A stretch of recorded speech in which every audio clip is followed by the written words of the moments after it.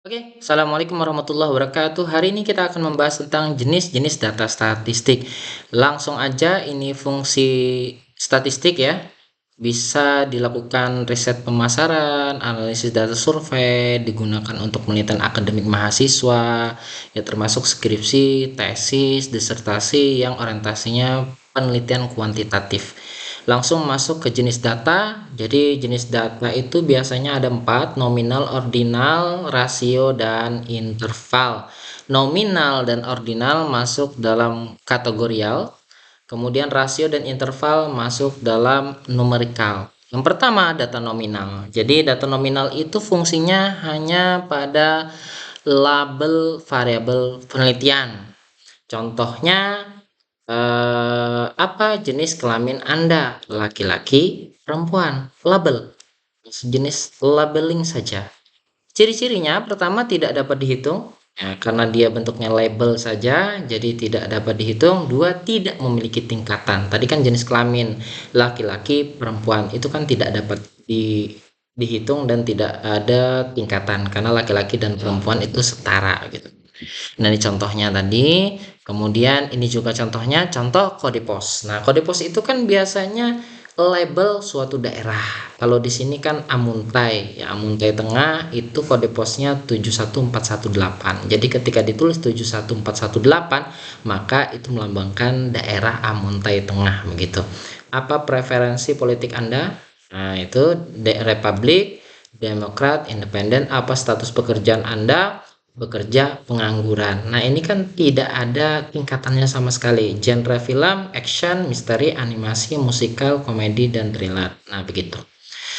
Masuk ke data ordinal. Nah, data ordinal sejatinya mirip dengan data nominal. Bedanya adalah data ordinal itu memiliki tingkatan. Makanya kalau Anda lihat yang warna merah, kategori terurut yang terjadi secara alami.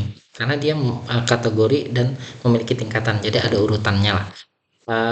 Apa pendidikan terakhir Anda? SD, SMP, SMA. Nah, itu kan sebenarnya label juga, tapi memiliki tingkatan gitu.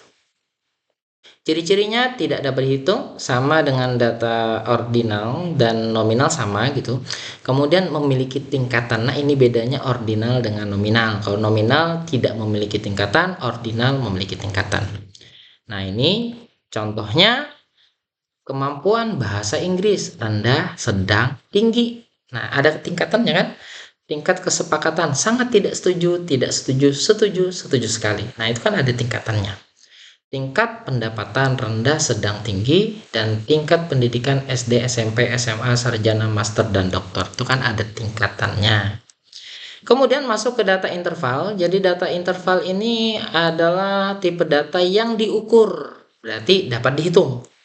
Nah, cuman data interval itu dia tidak memiliki nol mutlak. Jadi angka nol, tapi maksudnya tidak benar-benar nol. Kalau nol itu kan tidak ada gitu. Contoh jam. Jam 00.00. Angka 0 di sana itu bukan berarti tidak ada jam, tapi melambangkan jam 12 malam. Nah, itu maksudnya data interval. Jadi, angka 0 di sana tidak benar-benar melambangkan angka 0. Nah, ciri-ciri data tersebut adalah pertama, bisa dihitung. Nah, ini contoh nilai ujian statistik. Budi mendapatkan nilai 50 dari 10 soal, yang tiap soalnya memiliki bobot 10. Jadi Budi benar 5 soal, makanya nilainya 50. Wawan 100, Iwan 20, Win 70, dan Indah 0. Nanti kita bahas tentang 0 mutlaknya. Dua, perbedaan tingkat memiliki interval yang bisa dihitung. Ada jarak nih. Budi nilainya 50, Wawan 100. Berarti jarak nilai antara Budi dan Wawan itu 50. Tiga, tidak memiliki nol mutlak. Jadi ketika Indah mendapatkan nilai 0 pada ujian statistik, itu tidak serta-merta melambangkan bahwasanya Indah tidak memiliki sama sekali pengetahuan tentang statistik. Kita kan biasanya ikut ujian tuh.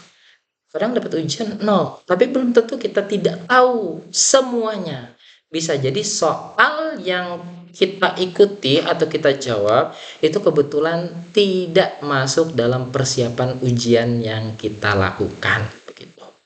Nah, jadi tidak benar-benar melambangkan bahwasanya Indah itu tidak tahu tentang statistik. Nah, gitu. 4, tidak dapat dilipat gandakan. Maksudnya begini, karena Wawan nilainya 100, Budi nilainya 50, tidak melambangkan bahwasanya Wawan memiliki kecerdasan 2 kali lipat dari Budi. Karena kan untuk kecerdasan banyak perhitungan yang lain. Nah, ini contoh suhu 0 derajat, bukan berarti tidak ada suhu. Soal suhu 0 derajat itu ada suhunya. Karena nanti ada lanjutannya kan -1, -2, semakin dingin.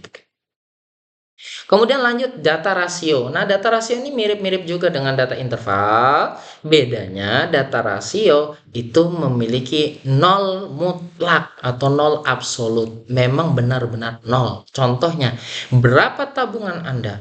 Nol. Nah, berarti memang tidak ada tabungannya. Tidak ada duitnya. Nah, begitu. Nah, ini ciri-cirinya. Pertama, itu contoh jumlah gaji ya. Bisa dihitung secara matematik ya, ditambah-tambahkan gaji di perusahaan A, gaji perusahaan B, tambahkan gitu ya. Nah, dia bisa dihitung dan dihitung gitu. 2, perbedaan tingkat memiliki interval yang bisa dihitung ya, gaji si A dan si B itu kan berbeda, bisa dihitung gaji si A 1 juta, gaji si B 100.000. Nah, itu kan berarti ada jarak tuh tadi, 900.000. Kemudian 3, memiliki nol mutlak, jumlah gaji 0. Nah, berarti dia tidak digaji, memang tidak ada gajinya gitu. Jadi berbeda dengan interval tadi. Kalau interval tadi kan kalau ada 0, 0.00 itu bukan berarti 0 yang untuk jam ya. Berarti jam 12 malam. 4, bisa dikali lipatkan. Nah, begitu. Ini contoh saldo tabungan 1 juta, maka jika 0 ya benar-benar tidak ada tabungannya. Berat sapi pun begitu. Nah, ini contoh angket ya, angket atau kuesioner. Nah, itu berapa berat badan Anda? A kurang dari 50 kilo, B 51 sampai 70 kilo, C 71 sampai 80 kilo, D di atas 80 kilo. Ini contohnya untuk si rasio ya. Nah, ini kesimpulannya. Jadi, nominal ordinal masuk kategorikal, interval dan rasio masuk numerikal. Nominal ordinal itu tidak dapat dihitung. Perbedaan antara nominal dan ordinal, nominal tidak memiliki tingkatan, ordinal memiliki tingkatan. Interval dan rasio itu persamaannya bisa dihitung. Perbedaannya yang paling mendasar adalah interval tidak memiliki nol mutlak, rasio memiliki nol mutlak. Nah, ini contohnya. Nominal itu jenis kelamin, laki-laki, frekuensi berarti berjumlah 5 orang, perempuan 50 orang. Untuk semester 1 25 orang, semester 2 15 orang, semester 3 itu ya 15 orang. Nah, ini kan ada tingkatannya kan, semester 1 2 3. Kemudian interval itu nilai tugas, berarti nilai 70 sampai 100 berjumlah 25 orang, 31 sampai 70 itu berjumlah 15 orang, nilai 0 sampai 30 15 orang. Kemudian masuk di rasio, berat badan 51 kilo sampai 60 kilo itu 25 orang. Nah, ini secara umumnya begitu perbedaan antara nominal, ordinal, interval, dan rasio.